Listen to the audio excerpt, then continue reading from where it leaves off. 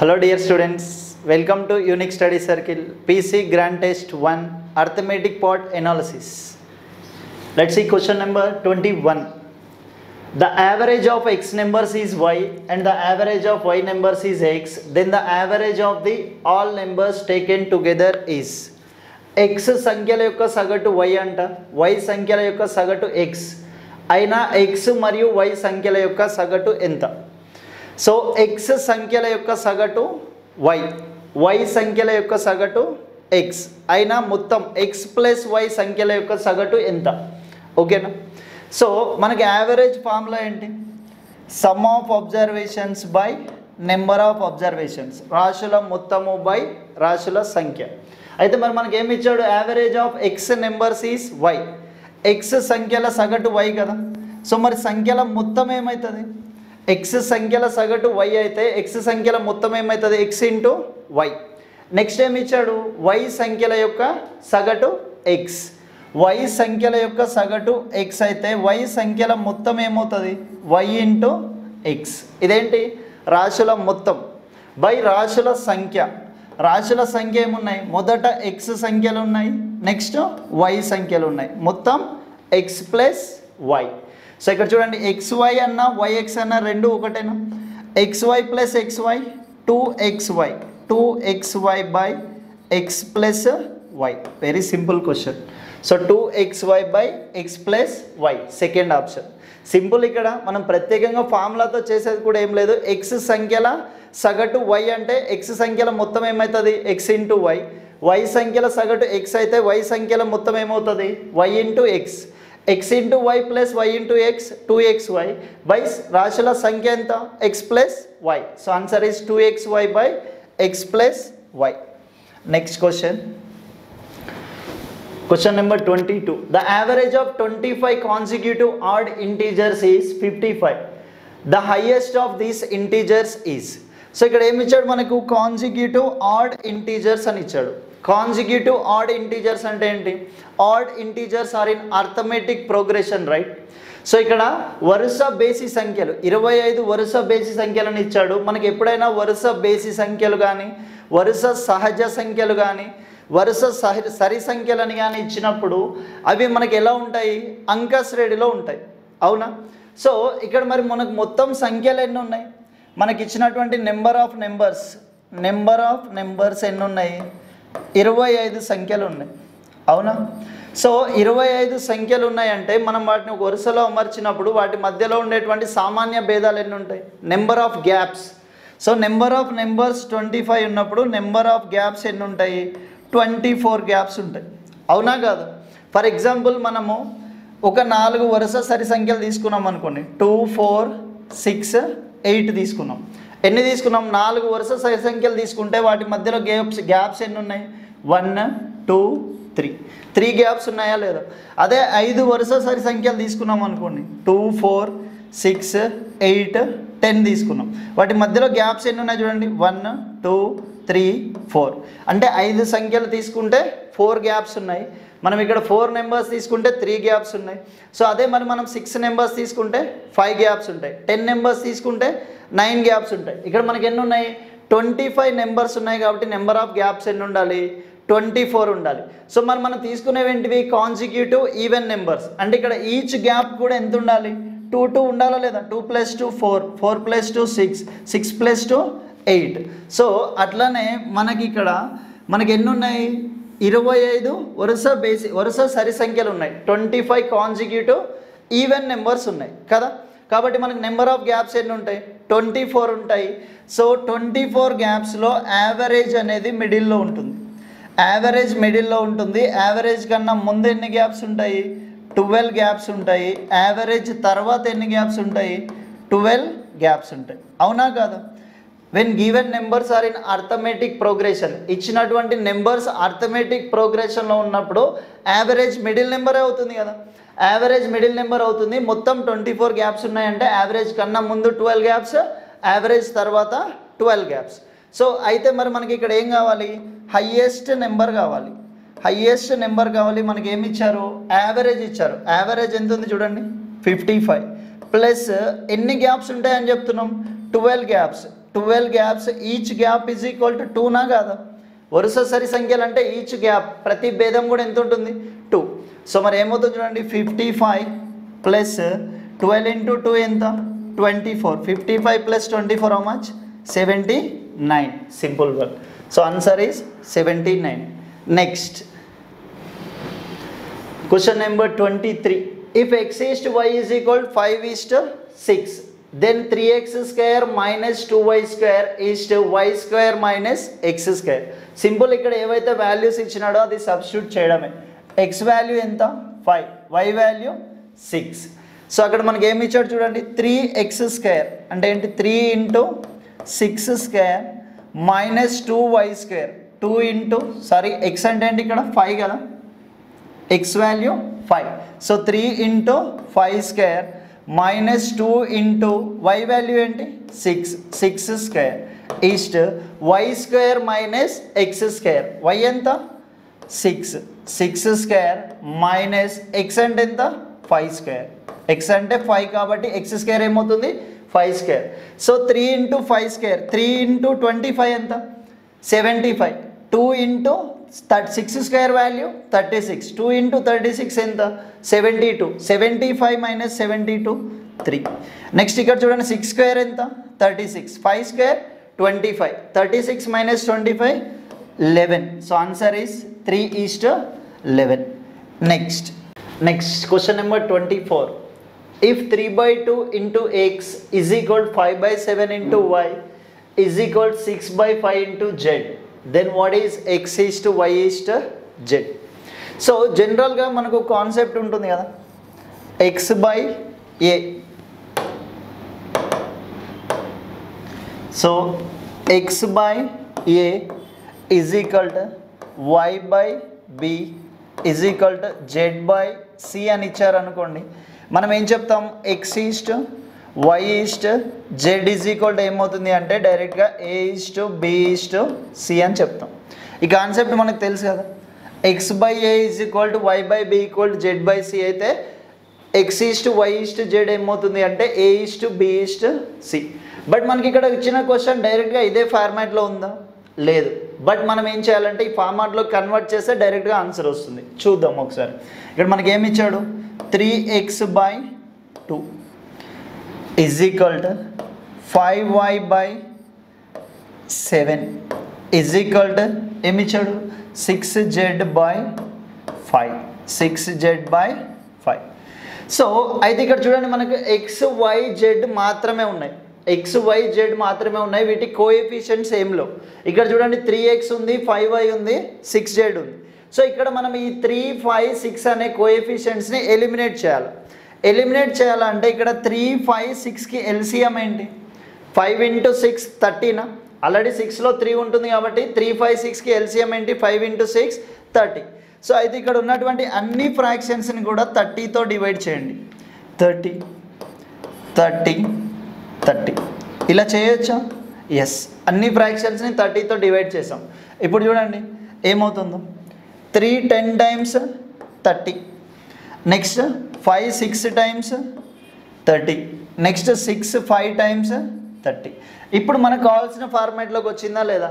X by something is equal to y by something is equal to z by something. So ఇక్కడ x by ఏముంది చూడండి, 2 into 10 20, y by 7 into 6 42, z by 5 into 5 25. So అదే answer. 20:42:25, fourth option. Next, the ratio between the Sumits and Prakash age at present is 2:3. Sumit is 6 years younger than Prakash, then ratio of Sumit's age to Prakash age after 6 years will be. Sumit Prakash ప్రస్తుత వయస్సుల నిష్పత్తి 2:3. సుమిత్ ప్రకాష్ కంటే 6 సంవత్సరాలు చిన్నవాడు. అయినా 6 సంవత్సరాల తర్వాత వాళ్ళ వయస్సుల నిష్పత్తి ఎంత? సో ఇక్కడ 2 పర్సన్స్ ఉన్నారు, సుమిత్ అండ్ ప్రకాష్. ఓకేనా? సుమిత్ అండ్ ప్రకాష్. సో వాళ్ళిద్దరి ఏజెస్ రేషియో ఎలా ఉందంట? 2:3. 3. ఇక్కడ సుమిత్ అనే అతని ఏజ్ 2 పార్ట్స్ అయితే ప్రకాష్ ఏజ్ ఏమవుతుంది 3 పార్ట్స్ అవుతుంది. సో అంటే వీళ్ళ డిఫరెన్స్ ఏముంది చూడండి, సుమిత్ అనేవాడు ప్రకాష్ కన్నా ఎంత తక్కువ ఉన్నాడు ఏజ్లో, 1 పార్ట్ తక్కువ ఉన్నాడు. బట్ మన క్వశ్చన్లో ఏమి ఇచ్చారు, 1 పార్ట్ వాల్యూ 6 ఇయర్స్. సో ఇక్కడ 1 పార్ట్ వాల్యూ వచ్చేసి 6 ఇయర్స్, అవునా? సో అయితే మరి 1 పార్ట్ వాల్యూ 6 ఇయర్స్ అయితే 2 పార్ట్స్ వాల్యూ ఏమవుతుంది, 2 × 6 12 ఇయర్స్. 3 పార్ట్స్ వాల్యూ ఏమవుతుంది, 3 × 6 18 ఇయర్స్. వాళ్ళ ప్రెజెంట్ ఏజెస్ ఏంటి, 12 ఇయర్స్ అండ్ 18 ఇయర్స్, అవునా? అయితే మనకి ఏం కావాలంటే 6 సంవత్సరాల తర్వాత వాళ్ళ వయస్సుల నిష్పత్తి, అంతేనా? After 6 years the ratio of their ages, ఓకేనా? సో మరి ఆఫ్టర్ 6 ఇయర్స్ ప్రెజెంట్ వాళ్ళ ఏజెస్ ఏంటి, 12 ఇయర్స్ 18 ఇయర్స్ కదా. 6 ఇయర్స్ తర్వాత ఏమవుతుంది, 12 + 6, ఫస్ట్ పర్సన్ ఏజ్ ఏమవుతుంది 18, second person age 18 + 6 24. So 18 years and 24 years అవుతుంది. సో మరి ఇది ఏ నిష్పత్తిలో ఉన్నట్టు, 6 3 times, 6 4 times, 3:4. So answer is 3:4.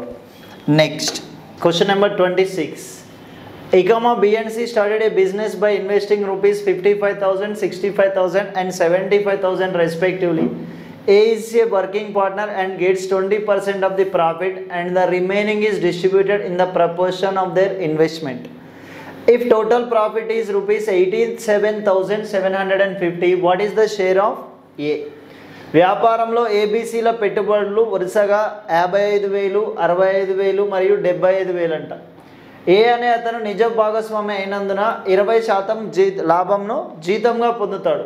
మొత్తం లాభం 87,750 అయినా మొత్తంలో ఏ వాటా ఎంత, ఓకేనా? సో ఈ బిజినెస్లో ఏబీసీ అనే వాళ్ళ ఇన్వెస్ట్మెంట్ 55,000, 65,000, 75,000 ఉంది. అయితే ఆ బిజినెస్లో టోటల్ ప్రాఫిట్ ఎంత వస్తుంది అంటే 87,750 వస్తుంది. సో దాంట్లో నుంచి ఫస్ట్ ఏ అనేవాడు ఏంటంట, వర్కింగ్ పార్ట్నర్, బిజినెస్లో వర్క్ చేస్తున్నందుకు గాను ఏకి 20% ఆఫ్ ది ప్రాఫిట్ని శాలరీగా ఇవ్వాలి. సో ఆ మిగిలిన ప్రాఫిట్ ఉంటుంది కదా, ఆ మిగిలిపోయిన ప్రాఫిట్ని వాళ్ళు ఏదైతే రేషియోలో ఇన్వెస్ట్మెంట్ చేశారో అదే రేషియోలో డిస్ట్రిబ్యూట్ చేసుకోవాలి, ఓకేనా? చూద్దాం. ఫస్ట్ మనకి ఇక్కడ మొత్తం ప్రాఫిట్ ఎంత చూడండి, 87,750, ఇది టోటల్ ప్రాఫిట్, అవునా? సో టోటల్ ప్రాఫిట్లో ఫస్ట్ ఏం చేయాలి, 20% అనేది ఏ అనేవాడికి శాలరీగా ఇవ్వాలి, అవునా? సో 87,750లో 20% ఎంత, 10% అయితే ఎంత అవుతుంది చూడండి. 10% అంటే ఒక 0 మిస్ అవుతుంది, 8,775 అవుతుంది. 20% అంటే డబుల్. సో 8,775 × 20 ఏమవుతుంది, 20%. సో జనరల్గా ఇక్కడ చూడండి, దీంట్లో 10% అంటే ఎంత, 10% అంటే 8,775. 20% అంటే ఏమవుతుంది, × 2. సో మరి ఇక్కడ చూడండి ఏమవుతుందో, 8,500 × 2 ఏమవుతుంది 17,000. ఇంకా ఏమవుతుంది, 225 × 275 ఏమవుతుంది 550. అంటే ఈ మొత్తం ప్రాఫిట్లో 17,550 అనేది ఫస్ట్ ఎవరికి ఇచ్చేయాలి, ఏ అనే వాడికి ఇచ్చేయాలి, అవునా? సో మొత్తం ప్రాఫిట్ ఎంత ఉంది చూడండి, 87,750. దీంట్లో నుంచి ఏ అనేవాడికి ఎంత ఇచ్చేయాలా, 17,550. ఇంకా ఎంత ఉంటుంది చూడండి, 70,200 ఉంటుంది. ఈ 70,200 ఇప్పుడు ఏం చేయాలి మనం, ఏబిసి అనే వాళ్ళకి వాళ్ళ ఇన్వెస్ట్మెంట్, వాళ్ళ పెట్టుబడి అనేది ఏ రేషియోలో ఉందో అదే రేషియోలో డిస్ట్రిబ్యూట్ చేయాలి. సో మరి వాళ్ళ పెట్టుబడులు ఏ రేషియోలో ఉన్నాయి చూడండి, వాళ్ళ ఇన్వెస్ట్మెంట్ రేషియో 55:65:75, అంతేనా? 55,000, 65,000, 75,000 అంటే రేషియో ఏమవుతుంది, 55:65:75. So 5 11 times, 5 13 times, 5 15 times. వాళ్ళ ఇన్వెస్ట్మెంట్ రేషియో ఏంటి, 11:13:15. అంటే దీంట్లో ప్రాఫిట్ రేషియో కూడా ఏమవుతుంది, 11:13:15. అంటే ఏ అనేవాడికి 11 parts ప్రాఫిట్ వస్తే బి అనేవాడికి ఎంత రావాలి, 13 రావాలి. సి అనేవాడికి ఎంత రావాలి, 15 parts రావాలి. సో ఇక్కడ టోటల్ ఎంత చూడండి, 11 + 13 + 15 ఏమవుతుంది, 39 parts.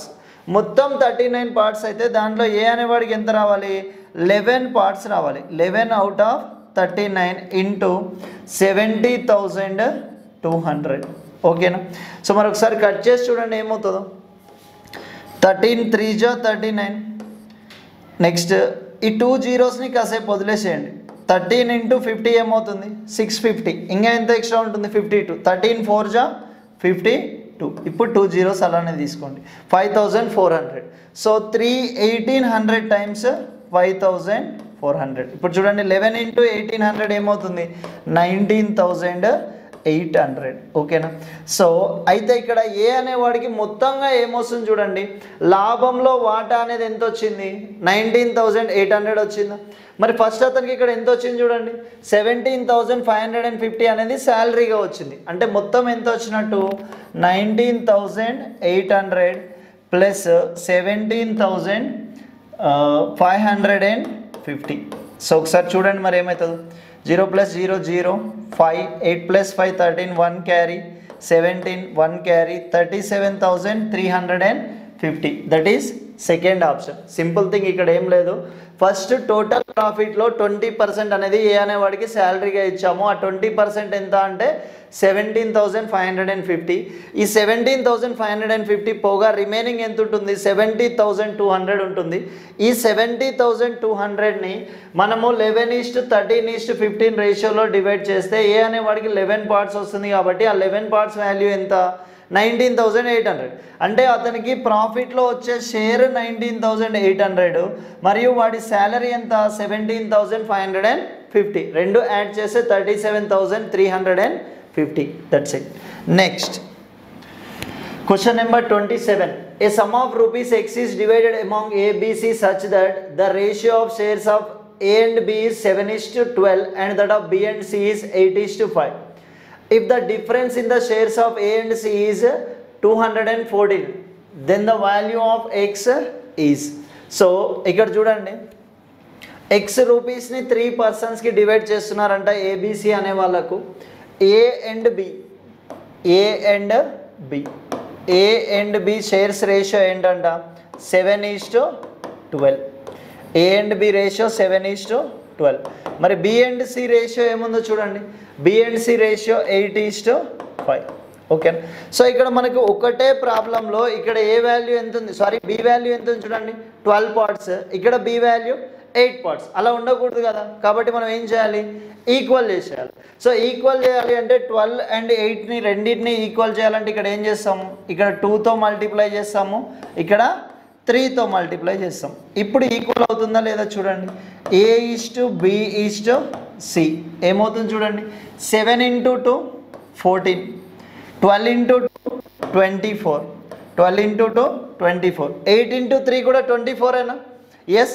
So 5 × 3 15. So ratio equal అయిందా లేదా? సో ఇక్కడ సింపుల్ థింగ్, 7:12 అని చెప్పినా 14:24 అని చెప్పినా రెండు ఒకటే కాదు. నెక్స్ట్ ఇక్కడ 8:5 అని చెప్పినా 24:15 అని చెప్పినా రెండు కూడా ఒకటే. ఇంకా మనం కొంచెం డీటెయిల్గా చూడాలంటే ఏమవుతుంది? 8 3 జా 24, 5 3 జా 15. B:C 24:15. సో ఇక్కడ ఏమవుతుంది చూడండి, 7 × 2 14, 12 × 2 24. సో 14:24, 24:15. A:B:C ఏమవుతుంది చూడండి, 14:24:15. అయితే ఇక్కడ మనకి ఏమి ఇచ్చాడు? The difference of the shares of A and C is 214 అంట. ఇక్కడ ఎంత డిఫరెన్స్ ఉంది చూడండి. C అనేవాడికి 15 పార్ట్స్ వస్తే A అనేవాడికి ఎంత వస్తుంది? 14 పార్ట్స్ వస్తుంది. ఈ డిఫరెన్స్ ఎంత వచ్చింది? 1 పార్ట్ వచ్చింది. సో ఈ డిఫరెన్స్ అనేది మన క్వశ్చన్లో ఎంత ఇచ్చారు? 214. 1 పార్ట్ వాల్యూ 214 రూపీస్. అయితే మొత్తం వాల్యూ ఎంత? 3 persons some of the shares. అంటే ఇక్కడ ఎక్స్ వాల్యూ ఎంత అని అడుగుతున్నారు. సో మొత్తం ఎంతనో చూడండి. ఏ అనేవాడికి ఎంత? 14 పార్ట్స్. బీకి 24. 14 + 24 హౌ మచ్? 38. 38 + 15 ఎంత అవుతుంది? 53 పార్ట్స్. Total 53 parts. సో మరి ఇప్పుడు ఈ టోటల్ వాల్యూ ఎంత? సో టోటల్ వాల్యూ ఎంత అంటే ఏమవుతుంది చూడండి, 53 × 1 పార్ట్ వాల్యూ ఎంత మనకు? 214. సో ఇప్పుడు ఒకసారి చూడండి, కంప్లీట్ క్యాలిక్యులేషన్ చేయాల్సిన అవసరం కూడా లేదు. ఇక్కడ యూనిట్ డిజిట్ ఏముంది? ఒకట్ల స్థానంలో ఇంకేముంది? 3. ఇక్కడ ఏముంది? 4. 3 × 4 ఏమవుతుంది? 3 × 4 12. అంటే యూనిట్ డిజిట్ ఏం రావాలి ఆన్సర్లో? మనకి 2 రావాలి. యూనిట్ డిజిట్ చూడండి 4th ఆప్షన్లో 2 ఉంది కదా, డైరెక్ట్గా అదే ఆన్సర్. ఇంకా ఓకేనా? కంప్లీట్ క్యాలిక్యులేషన్ కూడా చేయాల్సిన అవసరం లేదు. Next question number 28. when the price of the cloth was reduced by 25%, the quantity of the cloth sold increased by 20%. What was the effect on gross receipt on the shop? బట్టల ధర 25% తగ్గిస్తే వాటి అమ్మకాలు 20% పెరిగినాయి, అయినా ఆదాయంలో మార్పు శాతం ఎంత? సో ఫస్ట్ ఆఫ్ ఆల్ నాకు ఈ 25%కి ఫ్రాక్షన్ వాల్యూ చెప్పండి. 25%కి ఫ్రాక్షన్ వాల్యూ ఏమవుతుంది? 1/4. 25/100 అంటే 1/4 అయినా. సో నెక్స్ట్ 20%కి ఫ్రాక్షన్ వాల్యూ ఏంటి? 20%కి ఫ్రాక్షన్ వాల్యూ 1/5. 20% అంటే 1/5 అని మీనింగ్. 25% అంటే 1/4. అయితే ఇక్కడ చూడండి మనకి ఏమైందంట, బట్టల ధర 25% తగ్గింది. అంటే 25% తగ్గడం అంటే ఏంటి? మొదట 4 ఉంటే ఇప్పుడు 1 తగ్గింది, అవునా? ఫస్ట్ 4 రూపీస్ ఉందనుకోండి, ఇప్పుడు 1 రూపీ తగ్గి ఏమవుతుంది? 3 రూపీస్ అవుతుంది, ఓకేనా? లేదు అంటే ఫస్ట్ 100 ఉంటే ఇప్పుడు ఏమవుతుంది? 75 అవుతుంది. 25 తగ్గడం అంటే అదే కదా. 100:75 అన్నా కూడా 4:3 కాదా? నెక్స్ట్ ఏమైందంటే అమ్మకాలు 20% పెరిగాయి. అమ్మకాలు 20% పెరిగాయి. 20% అంటే ఎంత? 1/5. ముందు అమ్మకాలు 5 కానీ ఉండుంటే ఇప్పుడు ఎంత అవుతున్నాయి? 1 పెరుగుతుంది. 5 పైన 1 పెరిగితే ఏమవుతుంది? 6 అవుతుంది, అవునా? సో 4 × 5 20, 3 × 6 18. అంటే ఇవేంటి? ఇదేంటి? ఫస్ట్ ధర రేట్. ఇక్కడ ప్రైస్ అనేది 4:3 రేషియోలో డిక్రీజ్ అయింది. సో ఇక్కడ సేల్స్ అనేవి 5:6 రేషియోలో ఇంక్రీజ్ అయింది. సో ఓవరాల్గా రెవెన్యూ ఏమవుతుంది? ఫస్ట్ 20 ఉంటే ఇప్పుడు 18 అయింది. ఎంత డిక్రీజ్ అయింది? 2 డిక్రీజ్ అయింది. 2 అనేది 20లో ఎంత పర్సెంట్? 10%. సో ఏమవుతుంది మరి? 10% డిక్రీజ్ అవుతుంది, ఓకేనా? Next question number 29. The sum of two numbers is 520. If the bigger number is decreased by 4% and the smaller number is increased by 12%, then the numbers obtained are equal. The smaller number is. So two numbers, sum of two numbers, రెండు సంఖ్యల యొక్క మొత్తము 520 అంట. So మరి ఆ రెండు సంఖ్యల మొత్తం 520 అని చెప్పారు కదా. Some of two numbers equal 520 కదా. ఆ 2 నెంబర్స్ నేను ఏం తీసుకుంటున్నానంటే ఎక్స్ అండ్ వై అని తీసుకుంటున్నాను. సో ఇప్పుడు ఏం చెప్తున్నాడు? First number is decreased by 4%. అంటే ఫస్ట్ నెంబర్ని ఏం చేస్తున్నాడంట? 4% తగ్గిస్తున్నాడంట. సెకండ్ నెంబర్ని 12% పెంచుతున్నాడు. అలా చేసినప్పుడు అవి రెండు ఈక్వల్ అవుతాయంట. సో మరి ఇక్కడ ఎక్స్ని 4% తగ్గించడం అంటే ఏంటి? 100 - 4 96ఏనా? సో 96% ఆఫ్ ఎక్స్ అంటే ఏంటి? 96/100 × X is equal to second నెంబర్ని ఏం చేయాలంట? 12% ఇంక్రీజ్ చేయాలి. 12% ఇంక్రీజ్ చేయడం అంటే ఏంటి? 112/100 × వై. ఈ రెండు ఈక్వల్ అవుతున్నాయని చెప్పాడు. So 100 cancel. 16 6 × 96, 16 7 × ఏమవుతుంది? 112. 6x is equal to 7y. 6x is equal to 7y కదా. వైని లెఫ్ట్ సైడ్ తీసుకురండి. x/y ఈజ్ ఈక్వల్ టు ఏమవుతుంది? 7/6. ఎక్స్ అండ్ వై అనేవి ఏ రేషియోలో ఉన్నాయి ఇప్పుడు? x/y is equal to 7:6. అయితే మనకి ఏం కావాలంట? దాంట్లో చిన్న సంఖ్య కావాలంట. దీంట్లో చిన్న సంఖ్య ఏంటి? స్మాలర్ నెంబర్ ఏంటి? 6ఏనా? సో మొత్తం ఎంత? 7 + 6 13. సో 6/13 × 520. 13 4 × 52. So 40 times. 6 × 40 240. ఓకేనా? So simple. ఇక్కడ 7 + 6 టోటల్ 13 పార్ట్స్ వాల్యూ 520 అంట. 1 పార్ట్ ఏమవుతుంది? 40. 6 పార్ట్ 6 × 40 240. ఒకవేళ బిగ్గర్ నెంబర్ అడిగాడు అనుకోండి, అప్పుడు ఏమవుతుంది? 7 × 40 280. 240 + 280 అగైన్ 520. ఓకేనా? నెక్స్ట్ సో ఆన్సర్ ఏంటి మరి? 240. Next, a man bought oranges at the rate of 8 per rupees 34 and sold them at the rate of 12 per rupees 57. How many oranges should be sold to earn a net profit of rupees 45? ఒక వ్యక్తి 8 నారింజ పండ్లను 34 రూపాయల చొప్పున కొనుగోలు చేసి 12 నారింజ పండ్లను 57 రూపాయల చొప్పున అమ్ముతూ 45 రూపాయల లాభం పొందుటకు అతను ఎన్ని నారింజ పండ్లను అమ్మాలి? సో అయితే some number of oranges కొంటున్నాడు.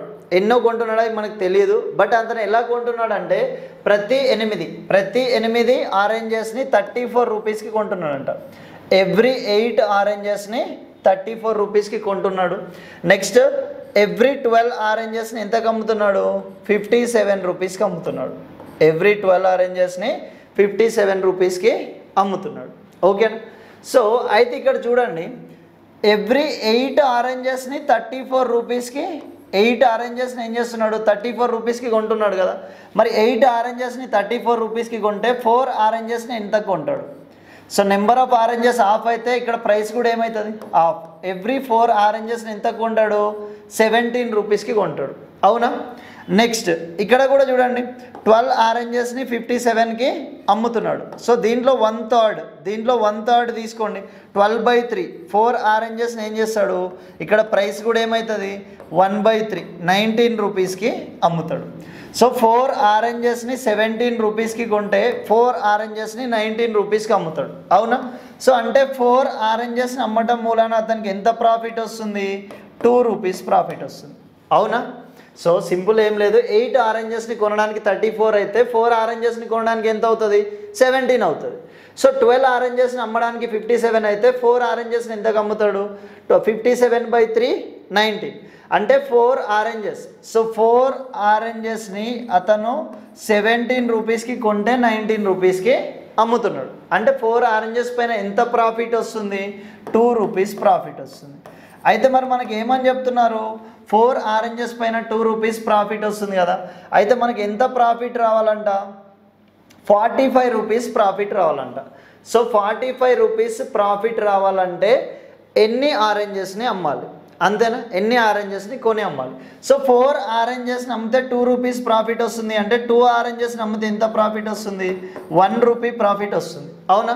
So ఇప్పుడు 45 రూపీస్ ప్రాఫిట్ రావాలంట. సో 45 రూపీస్ ప్రాఫిట్ రావాలంటే ఎన్ని ఆరెంజెస్ని అమ్మాలి? So 2 × 45 90 oranges. ఎవ్రీ 2 ఆరెంజెస్కి 1 రూపీ ప్రాఫిట్ వస్తుంది. అంటే ఎంత? 90 ఆరెంజెస్కి ఎవ్రీ 2 ఆరెంజెస్కి 1 రూపీ ప్రాఫిట్ అంటే ఏంది? ఈచ్ ఆరెంజ్ పైన 50 పైసా ప్రాఫిట్ వస్తుంది. అంతేనా? సో మరి 45 రూపీస్ ప్రాఫిట్ రావాలంటే ఏం చేయాలి? 90 ఆరెంజెస్ని కొని అమ్మాలి. ఓకేనా? Next, if a wholesaler sells a tin of coffee at rupees 528, he bears a loss of 12%. Now if he decides to sell it at rupees 636, what will be the profit? Okay na? So first ఏమవుతుందంట? 12% loss వస్తుందంట. ఓకేనా? 12% loss వస్తుంది. ఎప్పుడు? 528కి అమ్మినప్పుడు. అయితే మరి మనకేం అడుగుతున్నాడు? అదే 636కి అమ్మితే ఎంత ప్రాఫిట్ వస్తుంది అని అడుగుతున్నాడు. అంతేనా? సో 12% లాస్ అంటే ఏంటి? 12% లాస్. కాస్ట్ ప్రైస్ 100 అనుకోండి. Cost price 100. సో ఇక్కడ 12% లాస్ అంటున్నాడు. అవునా? So 12% loss. 12% లాస్ అంటే దాని మీనింగ్ ఏంటి అంటే సెల్లింగ్ ప్రైస్ ఏం కావాలి? 88 రూపీస్ కావాలి. అవునా? సెల్లింగ్ ప్రైస్ ఏం కావాలి? 88 పార్ట్స్ అవ్వాలి. 88 పార్ట్స్. కాస్ట్ ప్రైస్ 100 అయితే సెల్లింగ్ ప్రైస్ 88 పార్ట్స్ కావాలి. సో మరి 88 పార్ట్స్ వాల్యూ ఎంత అంట చూడండి. 88 పార్ట్స్ వాల్యూ 528. 528. అవునా? సో మరి ఇప్పుడు 1 పార్ట్ వాల్యూ ఏమవుతుంది చూడండి. 1 part value 8 6 48. Next again 8 6 48. So 1 part value ఏమవుతుంది? 6. 1 పార్ట్ వాల్యూ 6. 88 × 6 528. 1 పార్ట్ వాల్యూ 6 కదా. 1 పార్ట్ వాల్యూ 6. అయితే మరి మనకి ఇక్కడ ఎంత చూడండి? 636. 636/6 హౌ మచ్? 106 పార్ట్స్. అంటే ఫస్ట్ కేసులో సెల్లింగ్ ప్రైస్ 88 పార్ట్స్ అయితే ఇప్పుడు సెల్లింగ్ ప్రైస్ ఏమవుతుంది? 106 పార్ట్స్. కాస్ట్ ప్రైస్ ఎంత తీసుకున్నాము? 100 పార్ట్స్. ఇప్పుడు సెల్లింగ్ ప్రైస్ ఏమైంది?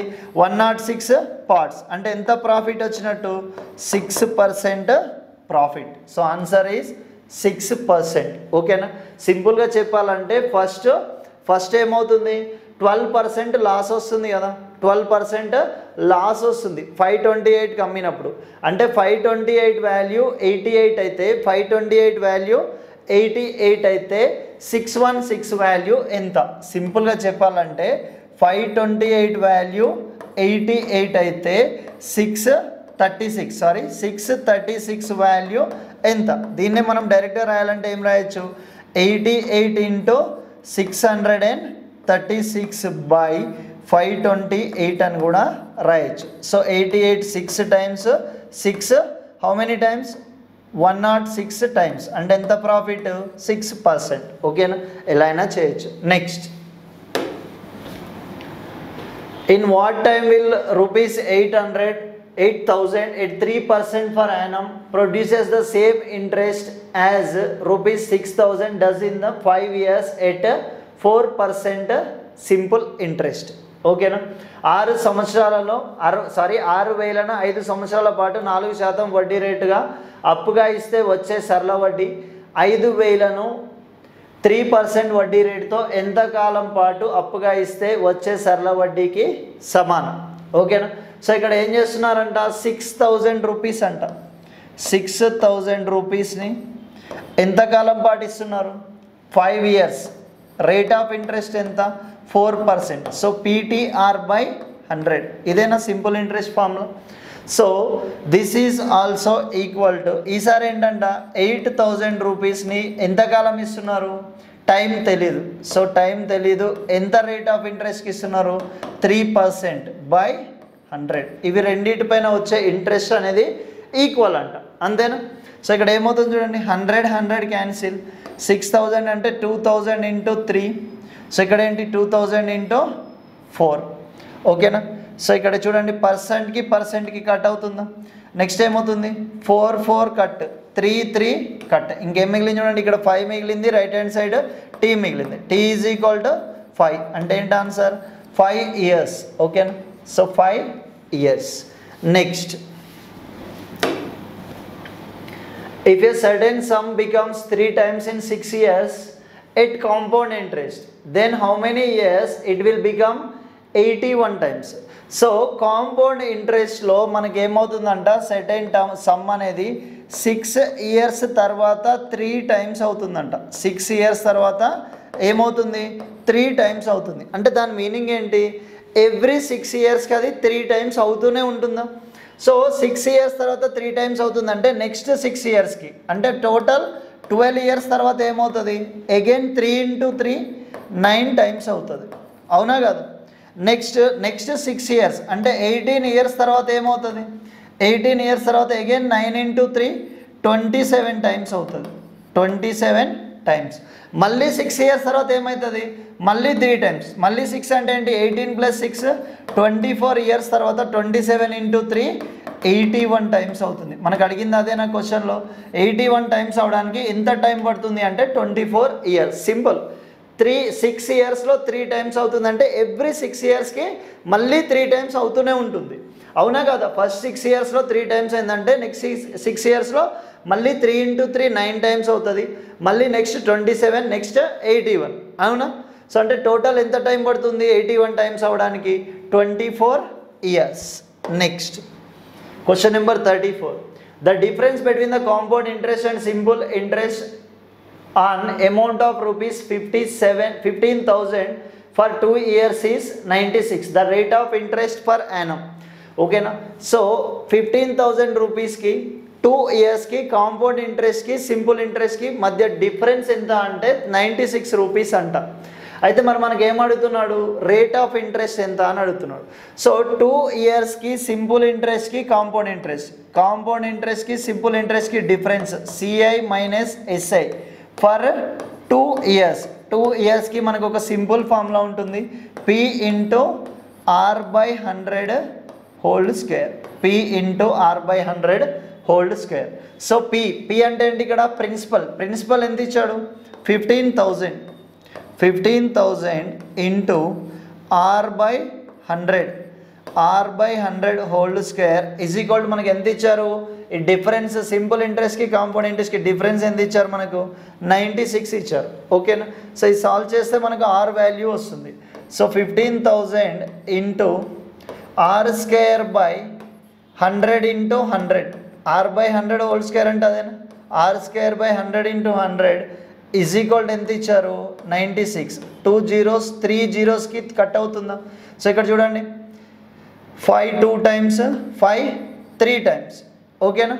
5 2 times 5 3 times ఏమవుతుంది చూడండి 3 how many times 3 32 times cut అవుతుందా 96.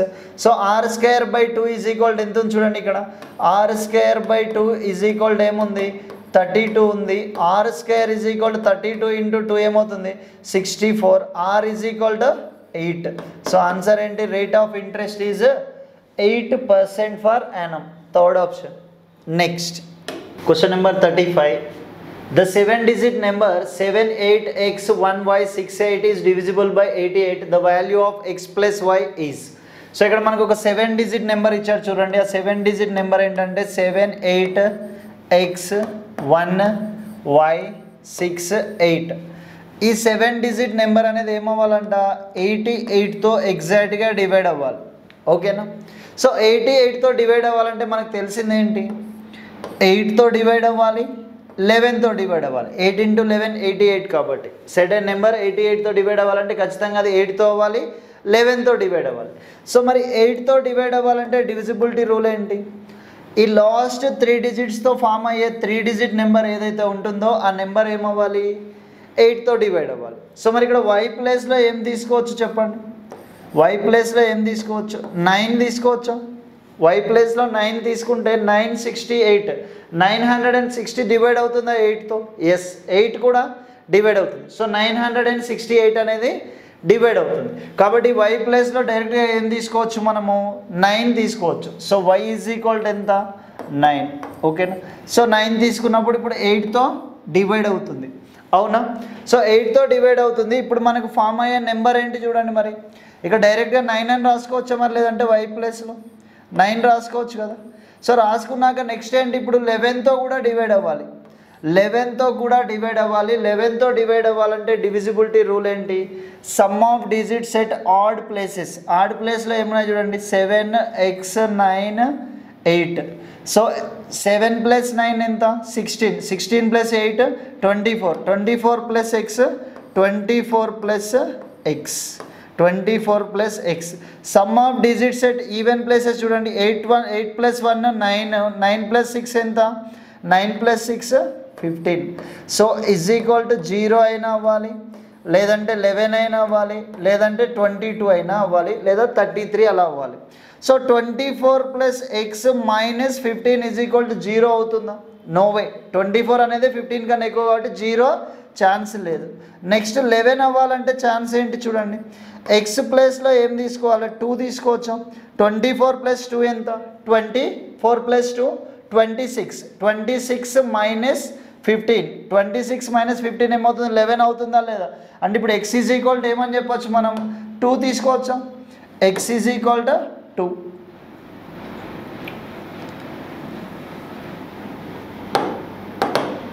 ఓకేనా? So x is equal to 2. So already y is equal to ఏమని చెప్పినాం మనం 9 y ఈజ్ ఈక్వల్ టు 9. ఇప్పుడు x ఈజ్ ఈక్వల్ టు 2. మనకు కావాల్సింది ఏంటి x + y. x + y ఏమవుతుంది 9 + 2 is equal to 11. So answer ఏంటి మరి third option 11. Next question number 36. The HCF and LCM of 2 numbers are 12 and 924 respectively. Then the number of such pairs is. So ఇక్కడ HCF 2 నెంబర్స్కి HCF ఎంత అంట 12 అంట. 2 నెంబర్స్కి HCF అనేది 12 అంట. సో HCF 12 అయితే ఆ 2 నెంబర్స్ మనకి ఏ ఫార్మాట్లో ఉండాలి 12x అండ్ 12y ఫార్మాట్లో ఉండాలా లేదా? ఇక్కడ x అండ్ y అనేవి ఏమవ్వాలి కో ప్రైమ్ నెంబర్స్ అవ్వాలి సహప్రధాన సంఖ్యలు అయి ఉండాలి. సో మరి మనకి ఆ 2 నెంబర్స్ ఏ ఫార్మాట్లో ఉంటాయి 12x అండ్ 12y. సో మరి ఇక్కడ LCM ఏమవుతుంది చెప్పండి LCM 12 into x into y 12 into x into y is equal to ఏమి ఇచ్చారు మనకు 924. ఒకసారి కట్ చేయండి 12 7 = 840 12 into 70 840 నెక్స్ట్ 12 into 7 84. సో మరి ఇక్కడ x into y is equal to ఏమవుతుంది 77 అవుతుంది. మనం ఏం చెప్పాము x అండ్ y అనేవి కో ప్రైమ్ నెంబర్స్ అయి ఉండాలి. సో కో ప్రైమ్ నెంబర్స్ అయి ఉండాలంటే ఏమవ్వచ్చు 1 into 77 1 and 77 co prime numbers ఏనా? ఎస్, 1 into 77 తీసుకోవచ్చు, లేదంటే ఇంకొక పాసిబిలిటీ ఏముంటుంది, 7 into 11 తీసుకోవచ్చు. అంటే ఎక్స్ అండ్ వై ఎన్ని పేర్స్ ఉన్నాయి, 1,77 ఒకటి, నెక్స్ట్ ఏంటి 7,11. ఇంకా ఏమన్నా పాసిబిలిటీ ఉందా? లేదు, ఇంకా ఏ పాసిబిలిటీ లేదు. కాబట్టి ఆన్సర్ ఏంటి, number of pairs is 2. Next simplify. So ఇక్కడ మనకు సింప్లిఫికేషన్ క్వశ్చన్ అనమాట. ఏమి ఇచ్చారు చూడండి, 1/3 ప్లస్ 1/4 ఇంటూ 2/5 minus 1/2, 2/5 minus 1/2 by, next direct రాసేయండి అక్కడ 1 2/3 అంట. 1 2/3 అంటే ఏంటి, 5/3. హాఫ్ అంటే ఏంటి, ఇంటూ 3/4 మైనస్ 3/4 ఆఫ్ 4/5. ఓకేనా? సో ఇక్కడ చూడండి 3 కట్ అవుతుందా, 4 కట్ అవుతుంది. నెక్స్ట్ ఇక్కడ ఏమవుతుంది చూడండి మరి, ఇంకా 1/3 plus 1/4 of 2/5 minus 1/2. 5 and 2 LCM ఎంత, 10. 2 into 2 4, 4 minus 1 into 5 5 by. So ఇక్కడ చూడండి మరి 5/4 మైనస్ 3/5, 5/4 మైనస్ 3/5. సో 4 and 5కి LCM ఎంత, 20. So 25 into 5 25 minus 4 into 3 12. So ఇప్పుడు ఒకసారి చూడండి మరి ఏమవుతుందో ఇంకా. సో ఇక్కడ 4/4 మైనస్ 5, 4 మైనస్ 5 ఉంది కదా,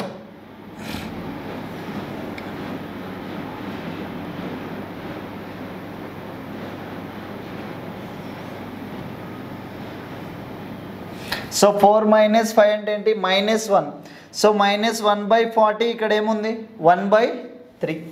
so 1/3 minus 1/4 into 10 40 by 25 minus 12 అంటే ఎంత, 13/20.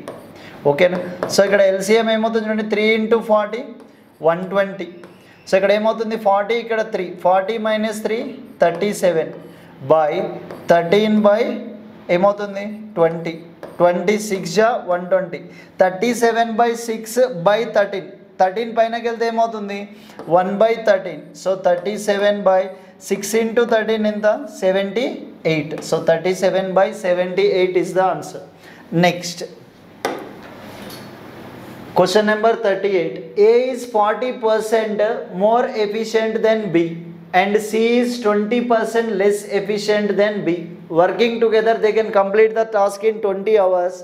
In how many hours will A alone complete 35% of that task? Okay na? So A is 40% more efficient than B anta. So ikkada ABC efficiencies తీసుకుందాం. ABC efficiencies A B C. A is 40% more efficient than B అంటున్నాడు. B అనేవాడి efficiency 100 తీసుకుంటే A అనేవాడిది ఏమవుతుంది 40% more కాబట్టి 140 అవుతుంది.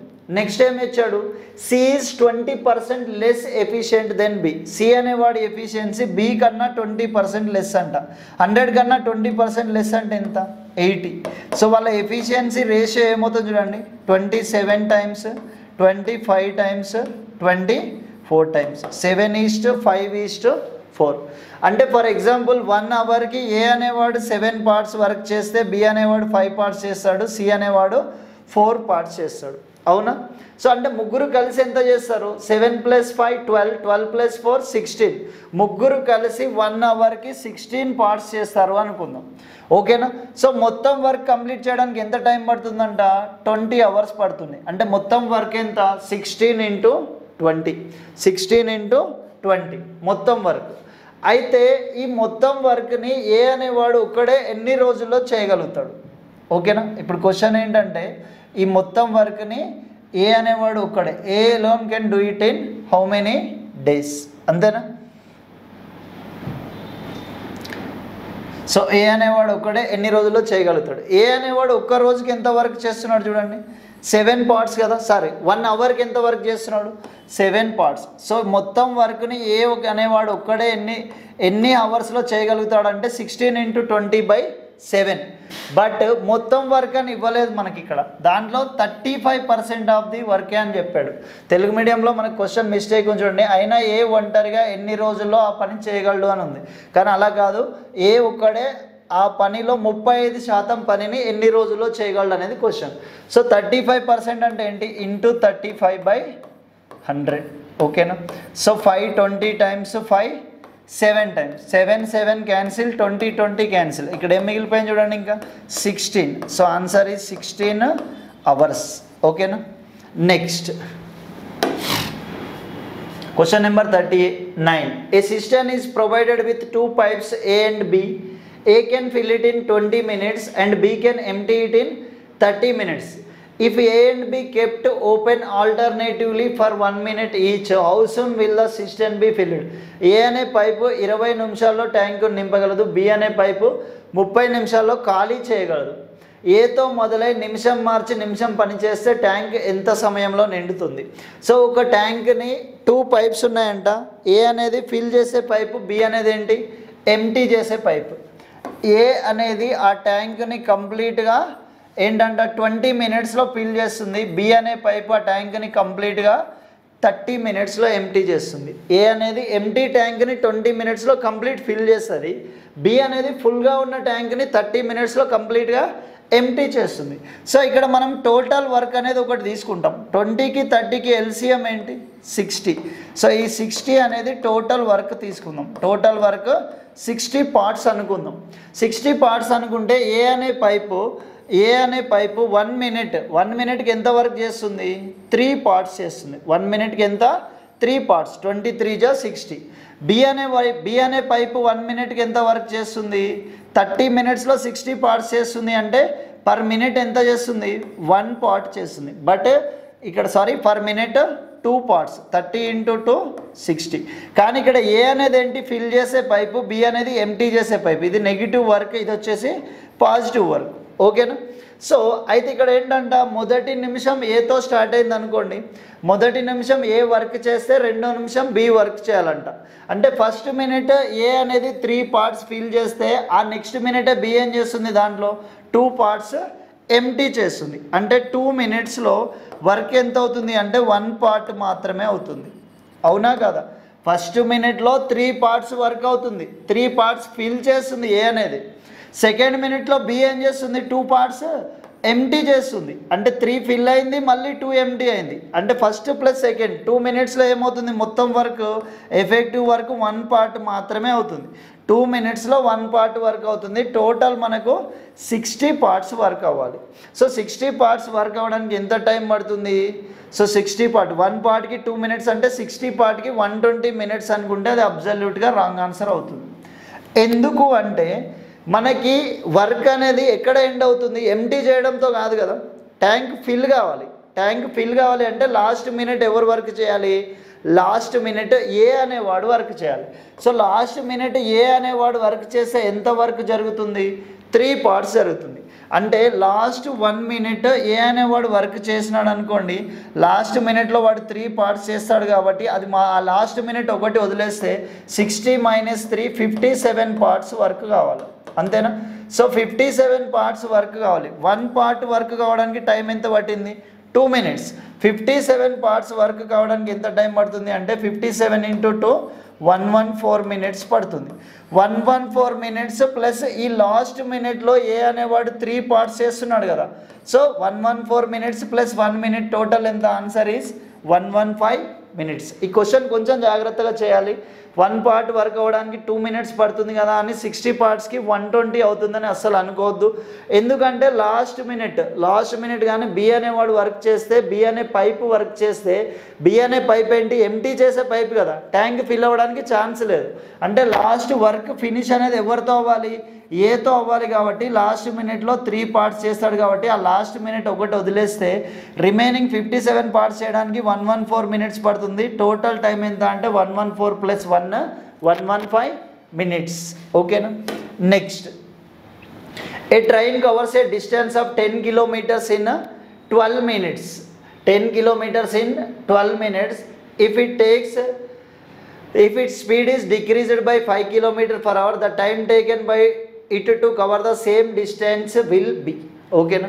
So 10 kilometers ni 12 minutes లో cover చేస్తుందంట. Speed is equal to distance by time. So distance ఎంత 10 kilometers, time ఎంత 12 minutes. అవర్స్లో కన్వర్ట్ చేయాలంటే ఏం చేస్తాం బై 60. సో 12 5 జా 60. సో ఇప్పుడు ఏమవుతుంది చెప్పండి, 10/1/5 అంటే ఏమవుతుంది, స్పీడ్ ఈజ్ ఈక్వల్ టు 5 పైనకి వెళ్తే 10 × 5 50 km/h. అవునా? సో 10 kilometers 12 minutesలో ట్రావెల్ చేస్తే 1 అవర్కి ఎంత ట్రావెల్ చేస్తుంది అంటే 50 km. Speed 50 km/h. అయితే ఇప్పుడు స్పీడ్ ఏం చేస్తున్నారంట, వేగంని 5 kilometers తగ్గిస్తున్నారంట. సో స్పీడ్ని 5 kilometers తగ్గిస్తున్నారంటే ఇప్పుడు స్పీడ్ ఏమవుతుంది 50 - 5 45 km/h అవుతుంది. 45 km/h. సో స్పీడ్ 45 km/h అవుతుందంట. సో అయితే ఇప్పుడు టైం ఈజ్ ఈక్వల్ టు ఏంటి, డిస్టెన్స్ బై స్పీడ్.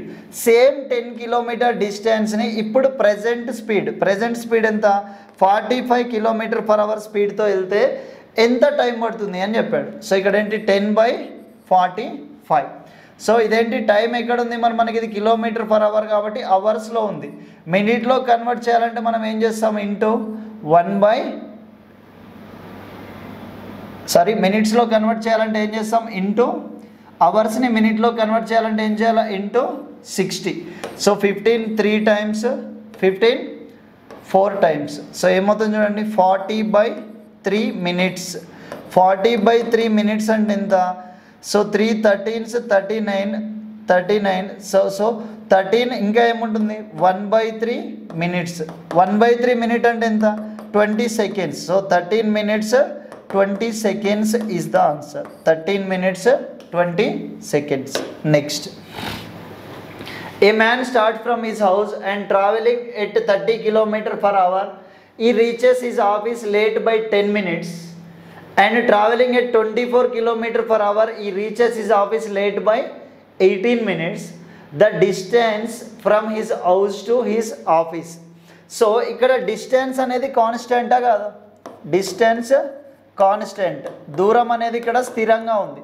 దూరం స్థిరంగా ఉన్నప్పుడు మరి అక్కడ కాలాలు మరియు వేగాల నిష్పత్తి ఎలా ఉంటుంది, విలోమానుపాతంలో ఉంటుందా లేదా. When distance is constant, speeds and times are in inverse proportion. అంతేనా? సో డిస్టెన్స్ కాన్స్టెంట్ ఉందంట, స్పీడ్ ఏముంది ఫస్ట్ స్పీడ్ వచ్చేసి 30 km/h ఉంది. 30 km/h ఉంది. నెక్స్ట్ ఏమైంది 24 km/h అయింది. అవునా? సో రేషియో ఎలా ఉంది చూడండి 6 5 times 6 4 times. అవునా? సో స్పీడ్స్ రేషియో అనేది 5:4 ఉంది. స్పీడ్స్ రేషియో 5:4 ఉంది. డిస్టెన్స్ కాన్స్టెంట్ ఉన్నప్పుడు స్పీడ్స్ రేషియో 5:4 ఉంటే టైమ్స్ రేషియో ఏమవుతుంది 4:5. అంటే ఫస్ట్ 4 parts టైం పడితే ఇప్పుడు ఎంత పట్టాలి 5 parts టైం పట్టాలి. అవునా? సో ఫస్ట్ ఎంత లేట్ అవుతుందంట, ఫస్ట్ కేసులో 10 minutes లేట్ అవుతుందంట. ఇప్పుడు ఎంత లేట్ అవుతుంది 18 minutes లేట్ అవుతుంది. ఫస్ట్ 10 minutes లేట్ అయింది, ఇప్పుడు 18 minutes లేట్ అయింది. అంటే ఎంత ఎక్స్ట్రా టైం పడినట్టు 8 minutes. సో ఈ డిఫరెన్స్ ఎంత ఉంది చూడండి ఇక్కడ 1 part వాల్యూ 8 minutes. సో అంటే ఇక్కడ 4 parts వాల్యూ ఏమవుతుంది 4 × 8 32 minutes. నెక్స్ట్ 5 parts వాల్యూ ఏమవుతుంది 5 × 8 40 minutes. అంటే ముందు ఎంత టైం పట్టేది, ముందు 32 minutes టైం పట్టేది, ఇప్పుడు ఎంత టైం పడుతుంది 40 minutes టైం పడుతుంది. 40 minutes టైం ఎప్పుడు పడుతుంది 24 km/h స్పీడ్తో వెళ్తే 40 minutes టైం పడుతుందంట. మరి ఆ డిస్టెన్స్ ఎంత చూడండి, డిస్టెన్స్ ఈక్వల్ టు ఏంటి speed into time.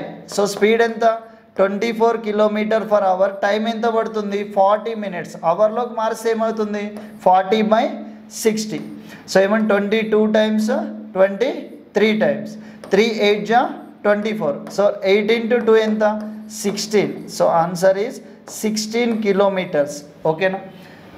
So answer ఏంటి 16, option number 2. Next question number 42. A boat goes 75 kilometers upstream in 3 hours and 60 kilometers downstream in 1.5 hours. The speed of the boat in still water. So ఇక్కడ upstream speed ఎంత ఉందో చూడండి. Upstream speed X అనుకున్నాం అనుకోండి. Upstream speed ఎంత 75 kilometers ఎంత టైంలో వెళ్తుంది 3 hours వెళ్తుంది. So distance by time is equal to speed 75/3 ఎంత 25. Next down stream speed y అనుకున్నాం అనుకోండి.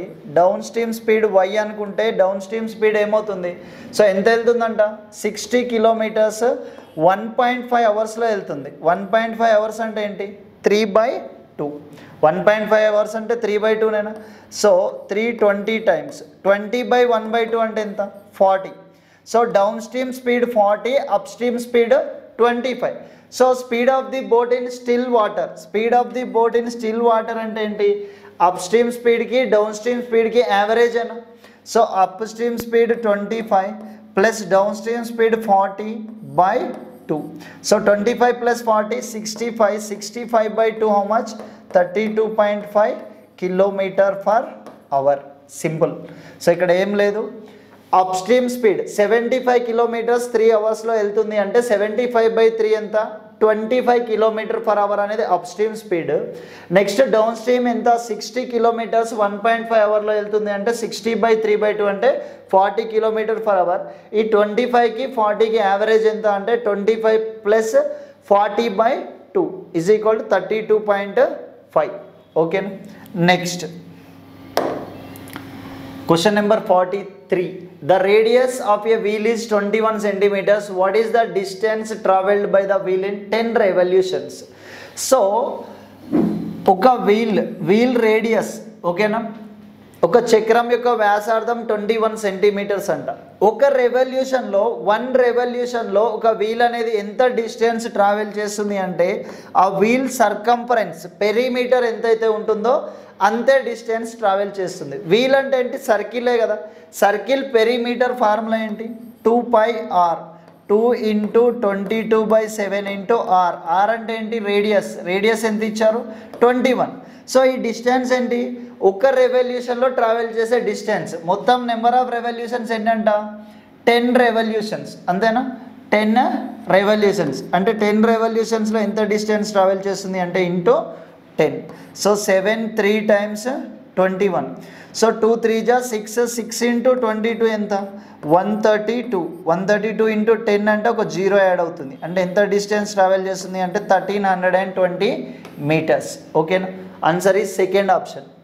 Next the volume of a right circular cone is 1232 cm³ and its vertical height is 24 centimeters. Its curved surface area is.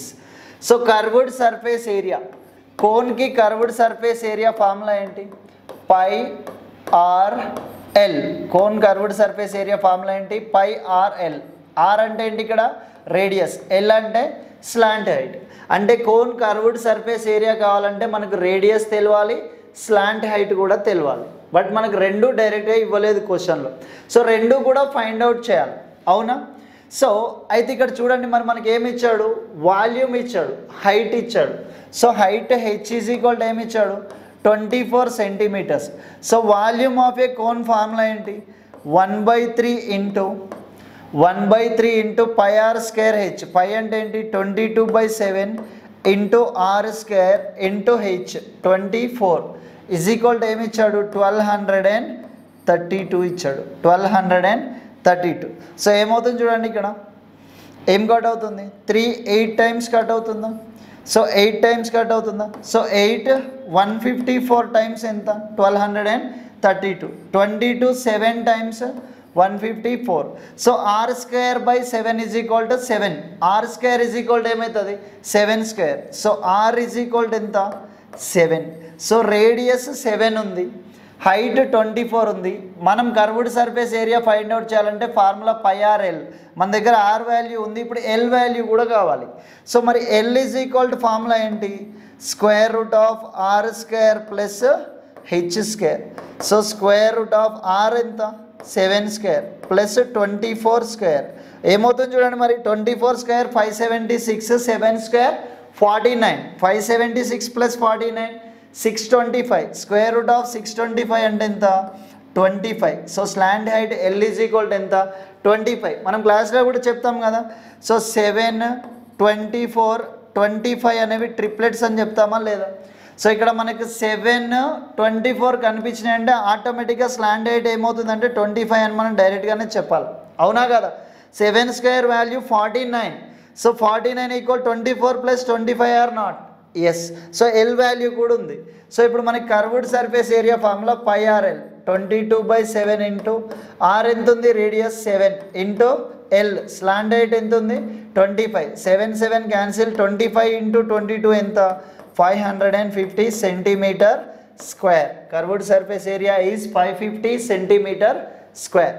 Next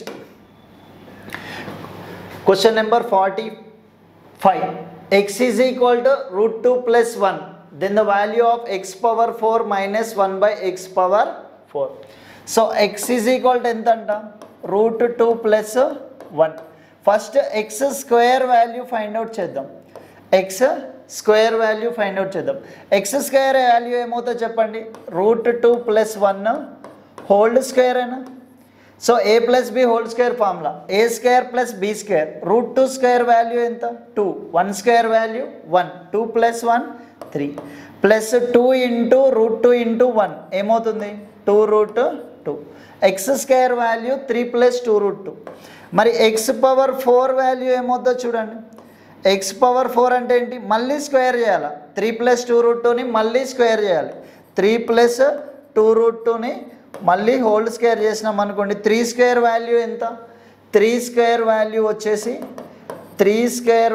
వచ్చేసి 9. 2√2 whole square. 2√2 whole square అంటే ఏంటి? 8. 9 plus 8 17 plus 2 into 3 6. 6 into 2 12. So 12√2. 17 plus 12√2. ఓకేనా? X power 4 value 17 plus 12√2 అవుతుంది. So ఇక్కడ 1/x power 4 value ఏమవుతుందంటే 17 minus 12√2 అవుతుంది. 17 minus 12√2. ఎందుకు అంటే చూడండి 1/x పవర్ 4 అంటే ఏంటి? 1/17 ప్లస్ 2√2 అవుతుందా? సో ఒకసారి చూడండి 1/x పవర్ 4 అంటే ఏంటి? 1/17 ప్లస్ 12√2. ఇలా వచ్చినప్పుడు మనం ఏం చేస్తాం? రేషనలైజేషన్ చేస్తామా లేదా? 17 మైనస్ 12√2తో మల్టిప్లై చేస్తాము, డివైడ్ చేస్తాం. సో ఇక్కడ చూడండి మరి a plus B into a minus B. 17 square value 289. 12√2 whole square ఏమవుతుందో తెలుసా? 12 స్క్వేర్ 144 ఇంటూ 2 288. అంటే డినామినేటర్ మొత్తం 1 అవుతుంది. అంటే డైరెక్ట్గా మనం ఏం చెప్పొచ్చు? 1/x పవర్ 4 వాల్యూ ఏమవుతుంది? 17 మైనస్ 12√2. మనకేం కావాలి? X power 4 minus 1/x power 4 ఏనా? సో ఇక్కడ మైనస్ అవుతుంది. Minus into minus plus. Plus 17 minus 17 cancel. 12√2 plus 12√2 ఏమవుతుంది? 24√2. X power 4 minus 1/x power 4 value ఏంటి అంటే ఇక్కడ మనకి 24√2 అవుతుంది. సో ఇక్కడ ఏంటి మరి? 24√2 is the answer. Okay, thank you.